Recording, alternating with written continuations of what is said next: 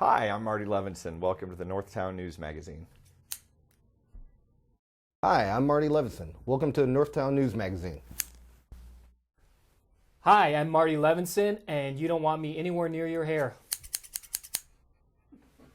Come on, baby, don't you wanna go? Come on, baby, don't you wanna go? Back to that lemon light city, sweet home Chicago. 224. Hi there, I'm the real Marty Levinson. Welcome to the Northtown News Magazine show with the greatest cameraman around, Sonny Hirsch, and your host, Avi Myers. Thank you, Marty. Avi Myers, Northtown Neighborhood News Magazine. A presentation of Sonny Hirsch and myself. Dial us up on the web at www.ntnm.org, community policing, caps24.org. Congratulations to Eddie Johnson, sorry about that, for being our brand new police superintendent. We want to wish you all the luck in the world, and we hear nothing but good things about you from the people we know within the Chicago Police Department, and we welcome you to come on the show. It is a pleasure now the elections are now over, and of course, one of my favorite judicial campaign manager for sure, and one of my favorite campaign managers, period, is my next guest from KNI Communications, Sean Tenner. Sean, how you doing? Good to see you again. First of all, good to see you. And why don't you, how did you do in this election? It was a great election night. We were running our election day operations for some of our Northwest Side candidates out of the Irish American Heritage Center. Nice. So having a bar there at 7:01 p.m. when the numbers came in was a great thing. So some great victories for some of my favorite clients. Judge Eve Marie Riley, who was in a very tough race in the 10th sub-circuit, which is most of the northwest side of Chicago. Every single candidate in that race was a quality individual. Absolutely. I heard that so many times. I think you said in the paper it's a shame all four of them couldn't all be running at separate times. Yeah. But the good thing is, hopefully they'll have a chance to do so when other vacancies open up. So Judge Riley won double digits, which I did not expect. We thought we were going to be in for a long night, but so happy to pull it out for her. And Janet Cronin Mahoney won with nearly 80% of the vote in the 12th sub-circuit. I saw that. That really surprised me. 80%. And that was a tough campaign as well because the position just became vacant in late November, early December. So only a few months to put together a campaign, get the signatures, the signs, literature. Well, she was so that was a fortunate great victory. Her opponent did not have good ratings. That helps as well. And we, in the 12th sub-circuit, there's going to be four tight races in the general. Judge Carrie Hamilton, who was a client of mine, was unopposed in the primary, so we got 100%. Always nice. Judge Marguerite Quinn will be advancing, Jim Hanlon, and of course Janet Mahoney. So there'll be a barn burner of a race in Those are November. four quality people. Absolutely, and so I imagine there'll be some good coordination that can be done to get the Democratic message out in the 12th. So. Great night on the north and northwest side, and then one of my other clients, Judge Esrig, won by almost a 2-to-1 margin in the 9th sub-circuit, which has the largest Jewish population of any sub-circuit, and was also pleased that Judge Anna Loftus won in the 6th sub-circuit, which is the near northwest side. It's all Chicago, no suburbs, but that was a hotly contested race as well. I mean, there were political supporters on both sides. And to win by 9 points in a race like that was a great victory too. So, yeah, we had a great night. There's no question. Two strong candidates. Both with different strengths on the ballot as well. So none of these races were easy. And I got to hand it to candidates like Eve who got out there at the train stations every morning we started working on this race 6-7 months ago. That's a lot of door knocks, a lot of train stop visits, a lot of mints to hand out. I should show everybody. Oh, I brought some too, but For those of you who haven't seen them, this was Sean's idea, and they're kosher, by the way. That's I right. didn't catch the kosher thing the first time I showed them out. This is true. But these are the little inside here are Judge Metz, which judicial candidate now to be judge. What? No, she was already a judge. Yeah, she was appointed about a year ago. Right, already a judge. Eve Marie Riley. Freshest breath of any judicial subcircuit. Probably true. Definitely true. So, did you just do judicial stuff this time? You know, I helped out different candidates who were running. Friends of mine were running for various positions. You know, making a donation here or there, providing some advice. But you know, professionally, I've really started to focus on the judge races because there's a lot of nuances to it. I don't think there's a lot of people who specialize in them. No, there aren't. And you're, as Larry Sepperton pointed out, you know, you really rewrote the book for how to do things. Well, thank you. And a great thing about the Ninth Subcircuit is that, so I've worked in there 3 cycles in a row now, Lionel Jean-Baptiste, Megan Goldish, and Jerry Esrig. And, you know, if somebody isn't successful in one go-around, they can perhaps get an appointment, they can run again. And what a great thing that all 3 of those outstanding individuals are now judges. And, you know, in all the races I've worked in, I don't think I've ever heard a candidate say a single negative word in the press or in materials about a fellow judge or a fellow candidate. It's just not done. And if you work on, I enjoy doing the aldermanic races as well. I worked with Alderman Moore, Alderman Kappelman, Alderman Smith in the last election. You know, aldermanic races can be heated, and judge races can be heated, but the level of discourse is very respectful in the judge races. And so if I win a race, you know, what's to say that we can't work with the second place finisher the next time? No, absolutely. And you did, in fact, do just that very thing with one of the candidates. And one of the things I try to make the point to people, just because I didn't support your candidate this time doesn't mean I might not support them I shouldn't say support. It doesn't mean, in the case of the elected officials as opposed to judges, those are strictly my decisions. In the judicial races, I do have a judicial panel, even though I do get a say in it, but not as big as you might think. But there's no, you know, in politics, you don't take things personally. It's so important to understand that this is all business, as they might say in the gangster movies. You know, it's you take care of business. It's not personal.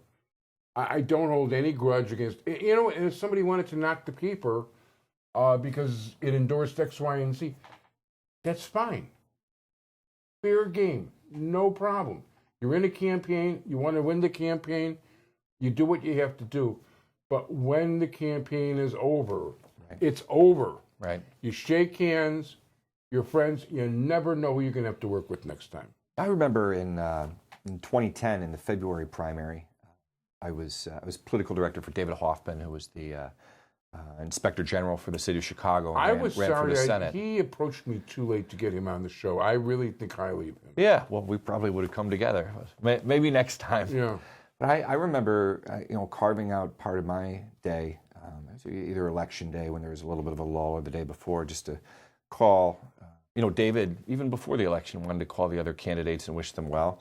And I tried to call the staff people who were working in the other campaigns, and not just in the Senate race, but in some other hot races that were going on, just to say, you know, good luck. We're all, you know, nobody's, at least among the people who manage the campaigns at any level, we're not getting rich doing this. People do it generally because they, you know, have an ideological belief in one side or the other, or because they enjoy being part of the process. If we wanted to be, we're doing this because we wanted to be millionaires, we'd go into a different business. So everybody, left, right, or center, who does this, I think deserves probably more credit than they get for the hard work that goes in. People don't realize how much work it is and how much sacrifice is involved. And if they did, some of you people would be running against Ira Silverstein or Deborah Silverstein. Well, I wish and you look, would. and you see these budgets. People say, oh, so and so spent $5 million on this race. Whoever managed that campaign must have made so much money. Well, no, 90% of that money goes straight to the TV stations or the printer or the post office. In some cases, I've seen kids in their early 20s who are managing multi-million-dollar races, being paid practically nothing. That money is often they're just sort of managing No, they could the be trains. getting $1,500, $2,000 Oh, a sure. month. Sure. And for 100-hour plus weeks. Sure. My first campaign was a state legislative race in McHenry County, and I think my salary was $300 or $400 a month. And I had just gotten out of college with a lot of student loans, but it's what I wanted to do, and I feel lucky to be one of the few people doing exactly what it is I wanted to do when I was in college. You've got to so get I can't your foot- complain. You've got to get your foot in there. As a matter of fact, I'm older than you, so the money becomes less due to inflation. Right. But I actually gave up what could have been a lifetime job at Motorola on the company newspaper, where as a college intern, I was already writing the front page headline stories for the national Motorola newspaper. Things like Be a Practical Patriot, Contribute to the Savings Bond Fund, Hawaiian Night at the Cafeteria, all these really exciting stories. You won a Pulitzer for that, right? Yeah, absolutely. Bender's first baby of the year. That was a big one. So, That'd be Judge Bender of the Ninth Sub-Circuit. Right? I doubt it at That the one, time. probably. Anyway, the point is, I had a permanent part-time job, full-time during the summer, until I finished college, and then I had a job sitting and waiting for me with an incredible profit-sharing plan, after that. And I basically left to take a $100 a month job as associate editor of a community newspaper in Lakeview because I couldn't cover any more Practical Patriot savings bond drives. Right. I'm not against the federal government, mind you. And I'm glad the Benders For the had record, the first right. baby of the year. Right. Okay, and you know what? Savings bonds are a good thing. I'm not saying they're not, but give me some action, please. No, and I've seen people on these judicial races work extra hard because I think people have opinions they've developed from watching the news or maybe from their parents about the parties. I was raised a Democrat. I ran the 6th grade mock election for Mike Dukakis at Madison Junior High in Naperville. Wow. So my beliefs on that were informed Where's by Madison my parents. Junior High? Naperville. Oh, okay. Naperville.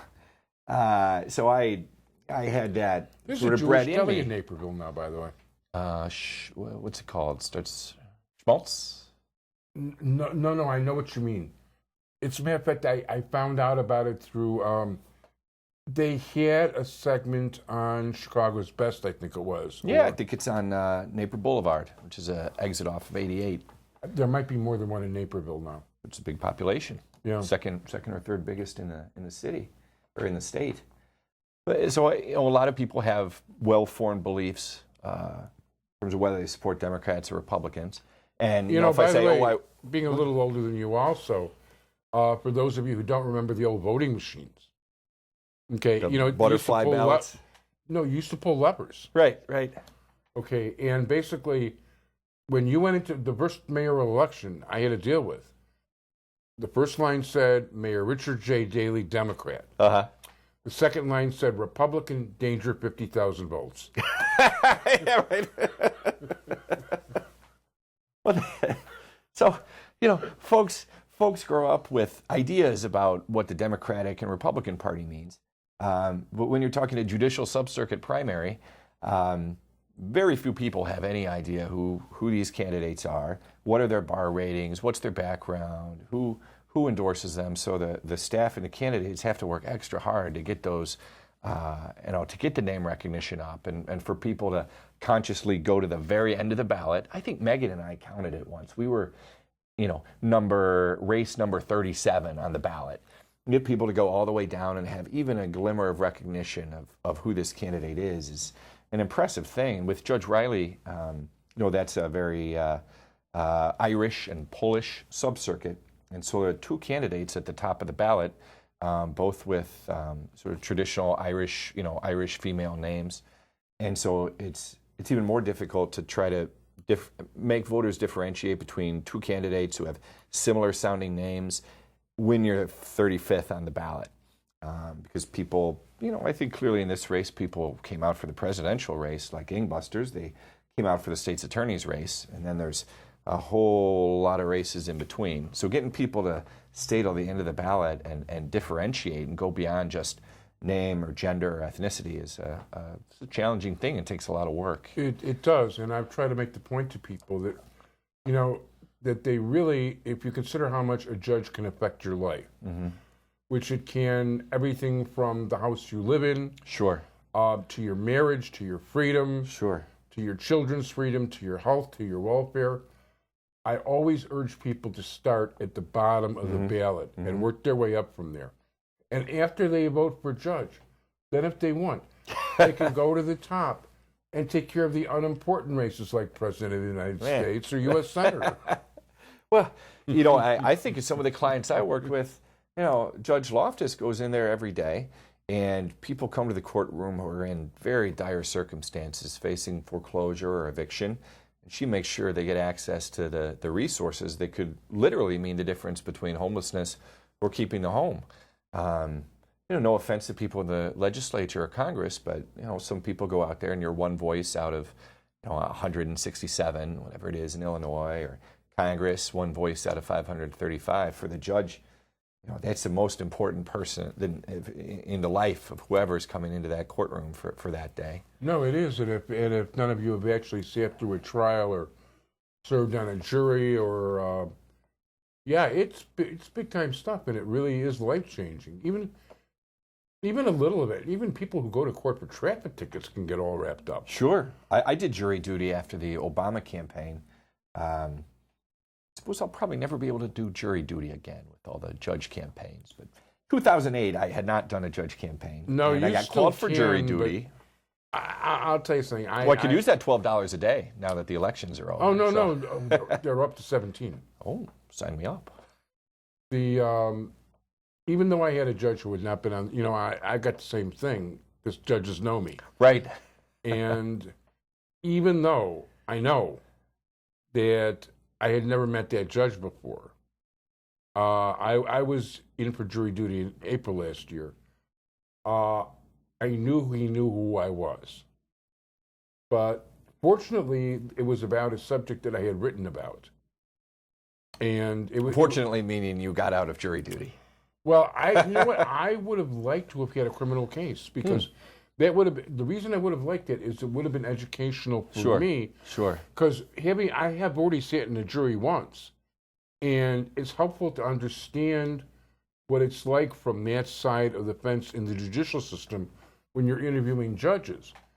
And that was a one-day trial. I wouldn't have minded a week or two trial. Sure. Yeah, I would mind getting up that early and getting to 26th and Cal or wherever else. But I went to the Daly Center. It was an 8-figure lawsuit that was, it was a medical malpractice. It seemed ridiculous on the surface. I won't get into why. But I told the judge when he started saying, he was very fair. I really liked him a lot. His name was Pianter, as a matter of fact. He's since resigned. He was an associate. He asked all the jurors, is there any reason why, and we weren't picked yet, we were just part of the panel being thinned down. Is there any reason, like you shouldn't be on a jury? Sure. And I told the judge I probably shouldn't speak out in the courtroom, but I had written articles and editorialized on this particular subject. And he called me into his chambers at the appropriate time. And he said, well, this is your opportunity to speak. And I said, well, sir, I feel the Illinois Trial Lawyers Association. And he said, dismissed. Well, my experience in 2008 in jury duty gave me a lot of respect for the people who run those courtrooms, because it was it was a 3-day criminal trial. And, you know, I think people think that my profession is all, you know, preparing President Obama for debates and making TV commercials. You know, a lot of it is, all right, how many donuts do we need for early vote? How many yard signs can fit in the back of my my Nissan?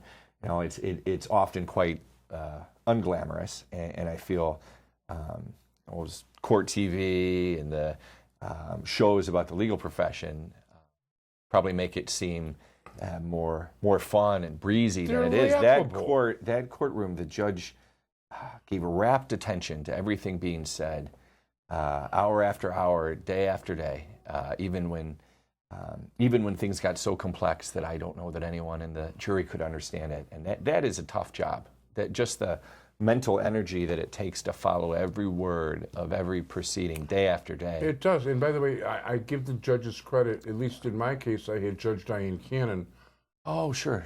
And, you know, she made me feel that it was an important part of my civic duty to do everything along a certain line and to really concentrate. And I appreciated it. Now, you mentioned TV shows. I was watching either Chicago PD or Chicago Fire, which I do happen to like, but I also understand there's no semblance of reality in those shows. Oh, I haven't seen them. And I like the old Law and Order shows, but once again, I tell you, even at the community policing meetings, it brings up trouble. People think that's the way the court system really works. Absolutely. Or the legal system, and it just doesn't. So there was a tour bus that was in trouble. The tour bus was stopped and in danger at 2700 West Roosevelt Road. Okay? Now, I've got a bindery that I use for business at 16th and Western, which isn't too far. And I decided that on my way home, I was going to go up Sacramento, through Roosevelt Road, pass by the 2700 block, to see what that sightseeing tour might be really seeing. Well, if you were interested in a variety of drug deals from 4 different corners, if you were interested in purchasing human flesh for prostitution, which wouldn't I'm not, for the record. and by the way, he's also on a big anti-slavery guy, and understand a lot of those people really are under slave-type conditions on the street. But basically, this is a place you run from. This is not part of a sightseeing tour, unless the sightseeing tour is the better parts of Holland, Chicago. Right. So, ain't no reality in those shows. They're entertainment. Yeah, it is a tough job. It's a tough job. Although, I suppose, you know, a benefit of running for judge as opposed to state representative or congressman is you win once, and then you're, you know, for the most part, you're there as long as you can, as long as you're fit to serve. Whereas I see what some of my state legislator friends have to go through to run and win every 2 years.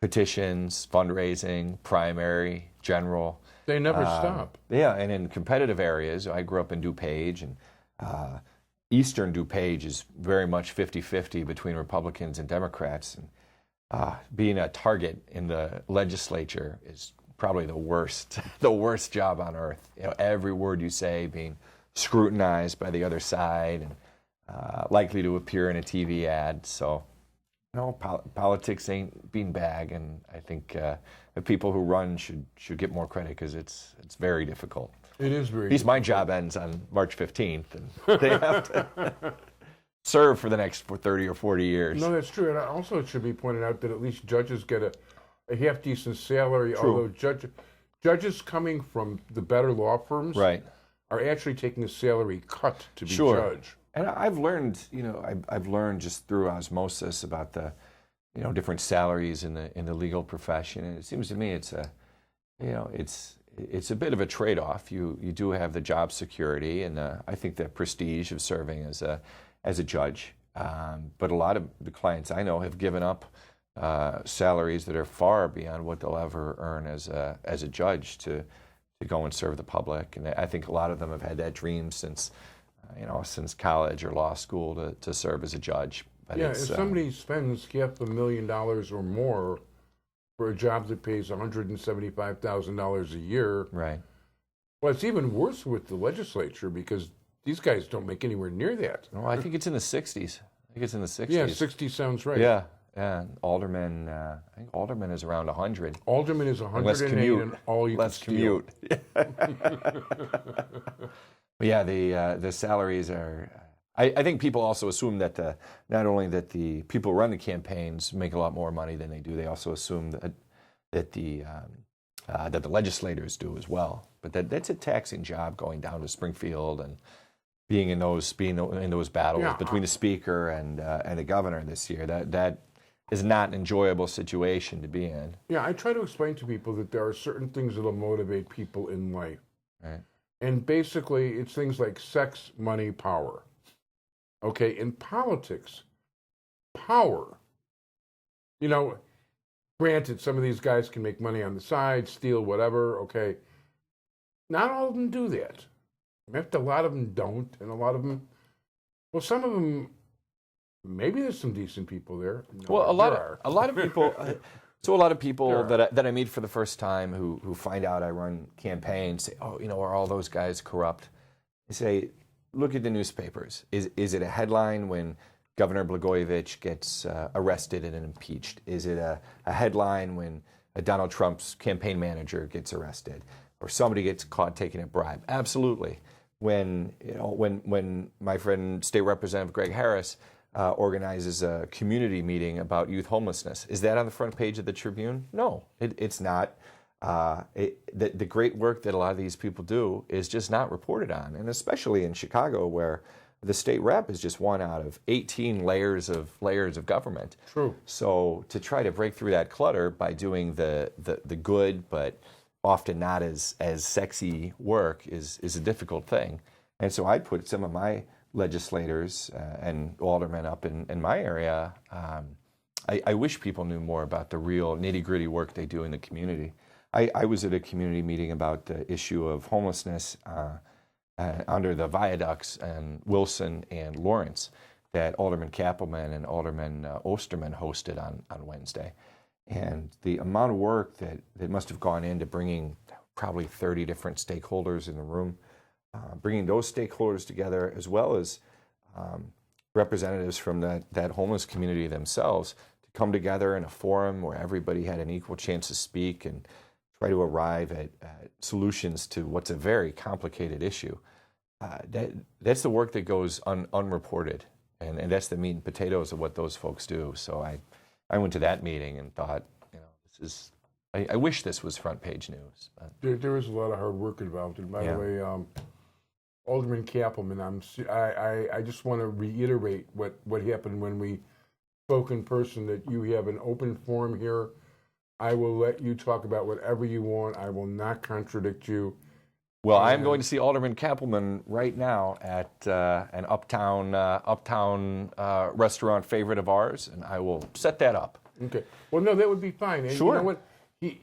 I did slam him real big over a particular issue, and he came up to me at Tom Serapin's party and let me know how wrong I was. And I gave him a free, because you know what? I tried very hard to get him on the show. I didn't know you as well when he first ran. I knew you some. I worked on the campaign in Jim 2011. Nally, though, was the one I was working to try to get him on the Sure, show. sure. And get well soon, Jim. By the way, there's nothing really wrong with Jim. Jim's just got, you know what? He was going to be here today. He's got basically a bad cold. Maybe hoof and mouth disease. We'll call out the vets. Right. And a nice cup victory in April will settle him fine. That's right. We are out of time. So otherwise, I want to talk to you more about, you got to come back. You got to tell us more about your human rights efforts, for, against slavery, all the rest of it. And Sean Tenner, Pleasure as always. KINS Communications, campaign manager extraordinaire. Thank you so much for being here. Thank you, Sonny, my entire technical crew. Thank you for joining us, everybody. Take care. Be well. Bye-bye.